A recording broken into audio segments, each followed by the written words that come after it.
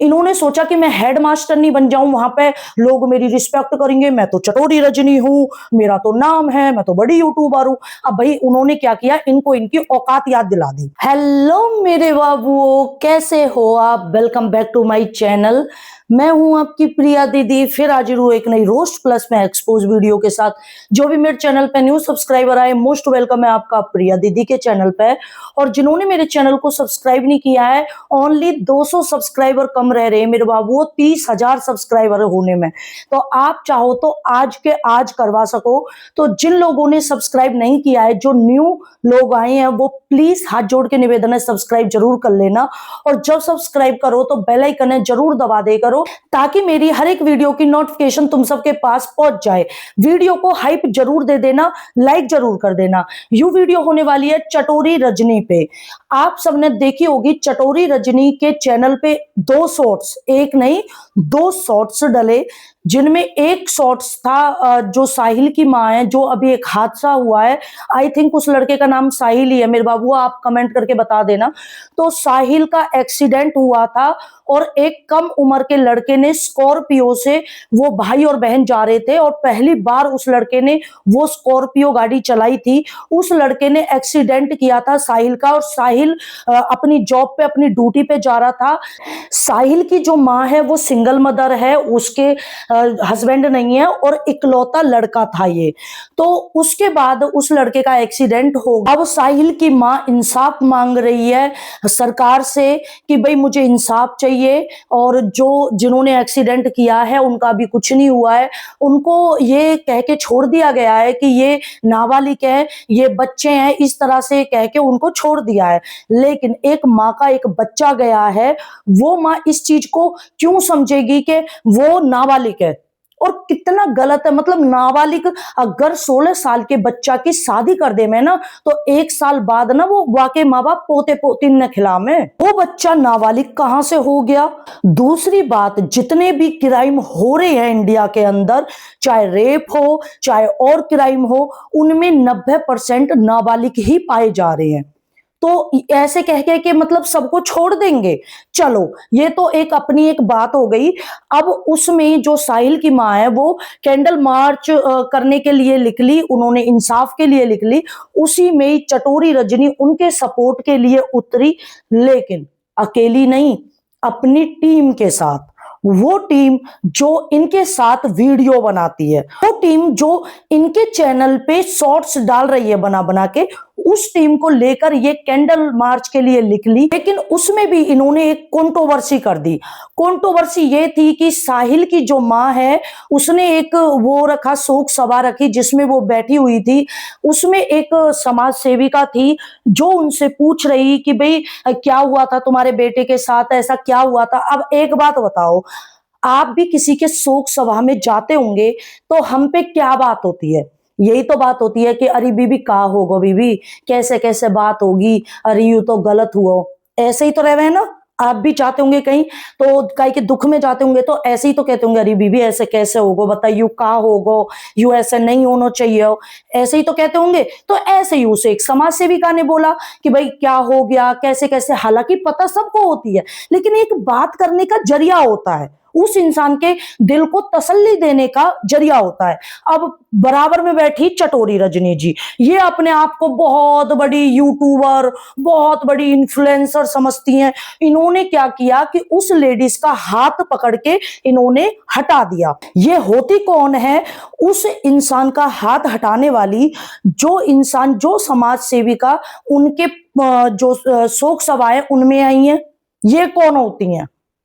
और उस टाइम ये वीडियो बना रही थी भाई साहब, वो जो और हैं, जो समाज सेविकाएं जो कैंडल मार्च कर रही हैं, जो इनके सपोर्ट में उतरी हैं, वो कोई यूट्यूबर तो नहीं है, उन्हें कोई पैसे तो नहीं मिल रहे, लेकिन ये हर मिनट गैल शॉर्ट्स बना रही हैं, अपने चैनल पे अपलोड कर रही हैं, वीडियो बना रही हैं।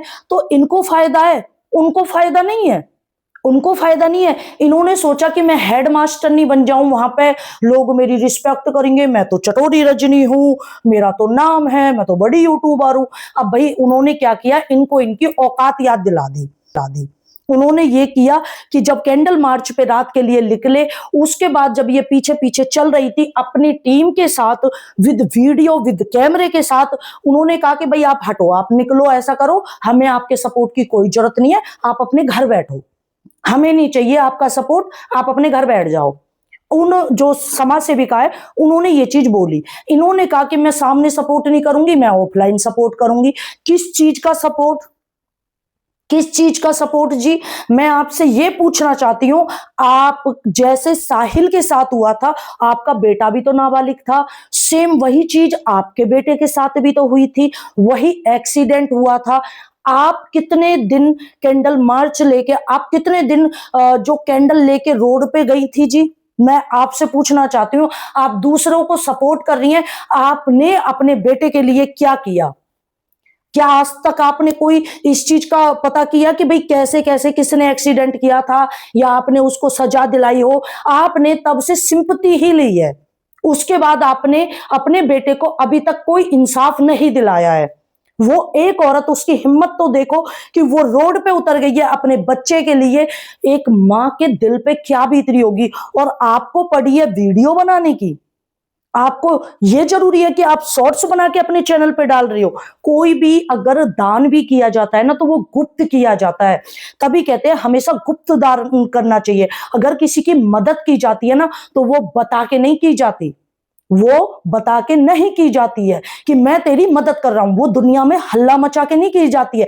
जैसे आप आ गई हाईलाइट होने के लिए उनके साथ। मतलब एक हमारे हरियाणा में एक कहावत है कि सास है पढ़ रही भाजड़ की, बहू है पढ़ रही काजल की। जो हमारे हरियाणा में एक कहावत है, मतलब सास है भाजड़ की पढ़ रही है और बहू है काजड़ की पढ़ रही है। तो इनको, वो बेचारी दुखी है, वो मतलब संघर्ष कर रही है, इनको लग रही है हाईलाइट होने की कि मैं सपोर्ट करूंगी। इनके पास इतने बड़े बड़े जो है यूट्यूबर्स आते हैं, इतने बड़े बड़े फिल्म स्टार आते हैं। जिस दिन से इनके बेटे के साथ ये कांड हुआ है, जो भी ये चीजें हुई, और एक चीज और मुझे याद आ गई, जिस टाइम पे इन्होंने शोक सभा रखी थी अपने बेटे के लिए, उस टाइम पे एक लेडीज थी जिसने वीडियो बना ली थी, उसने वीडियो बना ली थी। उसके बाद इन्होंने इतना ड्रामा किया था कि भाई वीडियो क्यों बनाई, मेरी बिना परमिशन के वीडियो क्यों बनाई, फलाना डिगाना। अब आपसे अगर वो, हालांकि साहिल की मां बहुत ज्यादा दुखी है इस टाइम पे, उसे अभी कुछ नहीं दिख रहा है सिवाय अपने बेटे के इंसाफ के। अगर वो आपसे ये चीज बोलने लग जाए कि चटोरी रजनी जी, आपको किसने कहा कि मैं रो रही हूं, मैं बिलक रही हूं और मैं ये चीज कर रही हूं, और आप आ गई अपनी टीम को लेके, अपने कैमरे को लेके, अपनी जो वीडियो बनाने के लिए, आपको किसने बोला?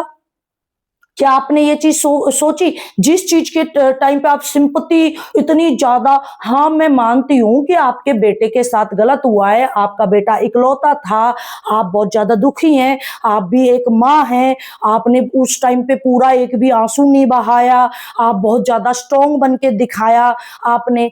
लेकिन हर कोई आपकी तरह नहीं होता है मैडम जी, हर कोई आपकी तरह नहीं होता है। ठीक है, वो बिलक बिलक के रो रही है उसकी मां, क्या दिल पे बीत रही है। और एक मां अपने आंसू नहीं छुपा सकती है, बिल्कुल भी नहीं, असंभव है। जो मां अपने बेटे से दिल से प्यार करती होगी ना, वो मां अगर उसका बेटा चला जाए या उसकी बेटी चली जाए, उसका बच्चा चला जाए, वो आधी मर जाती है, उसमें कुछ नहीं रहता। वो एक एक जैसे होता नहीं है, एक पुतला बन के रह जाती है। एक चोट भी लग जाती है ना बच्चे को, माँ की छाती फट जाती है। सोच के देखो, उसका इकलौता बच्चा इस दुनिया से चला गया, इतना सुंदर लड़का, इतना होनहार लड़का, उसका इकलौता एक सहारा चला गया, तो वो लेडीज चुप हो जाएगी? वो लेडीज रोएगी नहीं? उसकी आंखों में दर्द दिख रहा है। तो आप कृपया करके, मेरे हिसाब से जो वो समाज सेविका हैं, उन्होंने बहुत अच्छा काम किया है।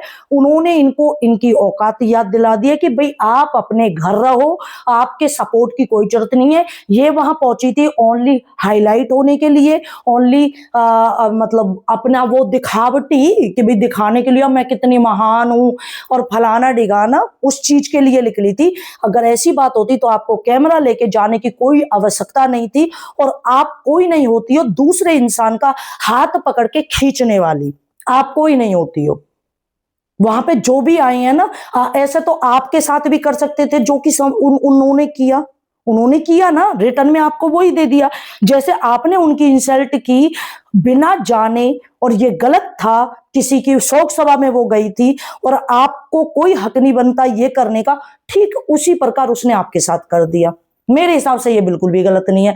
और हम ये चीज जरूर जानना चाहते हैं कि आपके बेटे के साथ जो हुआ था उसमें आपका क्या मतलब क्या रहा, क्या आप अपनी बेटे को इंसाफ दिला पाई हैं अब तक, वो चीज हम जरूर जानना चाहेंगे।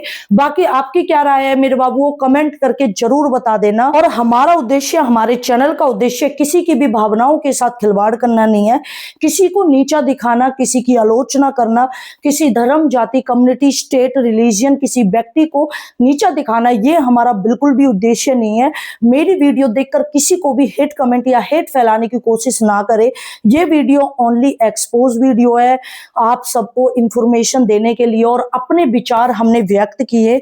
हर किसी के विचार एक जैसे नहीं होते हैं, तो हमारे ये विचार है जो हम व्यक्त कर रहे हैं।